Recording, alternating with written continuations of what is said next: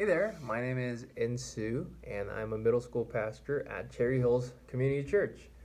And today we have a very interesting section from the book of Amos, from chapters 6 through 9. And for your sake, I'm not going to read it all, even though that might take up a good 15 minutes.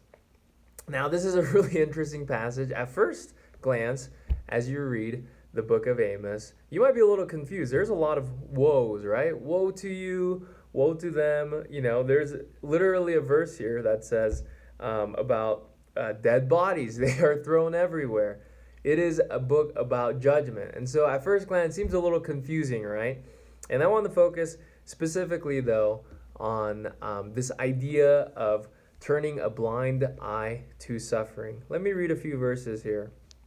This is from chapter 6 of Amos, verse 4 onward. It says, "Woe to those who lie on beds of ivory and stretch themselves out on their couches, and eat lambs from the flock and calves from the midst of the stall, who sing idle songs to the sound of the harp, and like David invent for themselves instruments of music, who drink wine in bowls and anoint themselves with the finest oils, but are not grieved over the ruin of Joseph.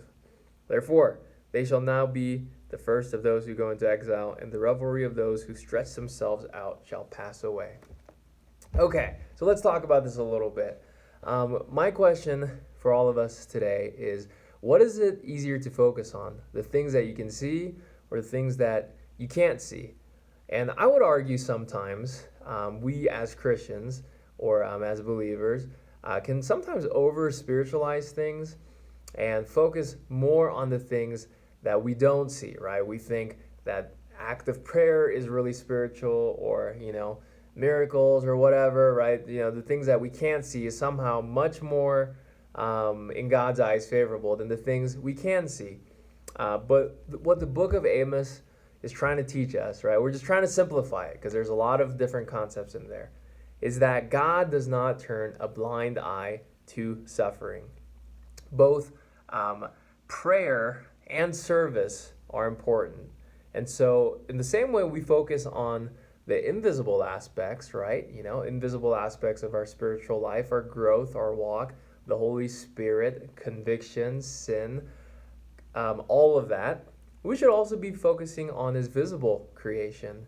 And here, the judgment is talking about procrastination, it's talking about self-indulgence, it's talking about cruelty and love of self.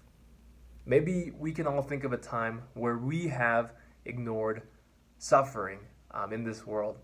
I know for me, oftentimes when I was driving, I would see some homeless person out on the street, and what's my first instinct? It's to judge. It's to be like, oh, you know what? I can't give them money because they're probably going to use it for something bad, right? It's not about, hey, I feel compassion because God has compassion on those people that are suffering. No, it was me just judging them, and I should be convicted about that. Also, just a lot of social justice suffering in this world, right? Acts of racism, brutal things that happen. There's human trafficking, sexism, a lot of different hurts that are happening in this world. Now, does God want His believers to turn a blind eye to that?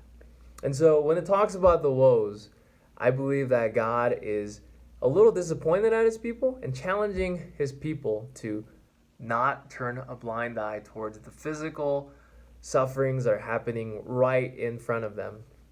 So I guess in closing, a challenge for all of us, maybe an application is, what is your response? What is my response? What is our response to the visible sufferings that are happening?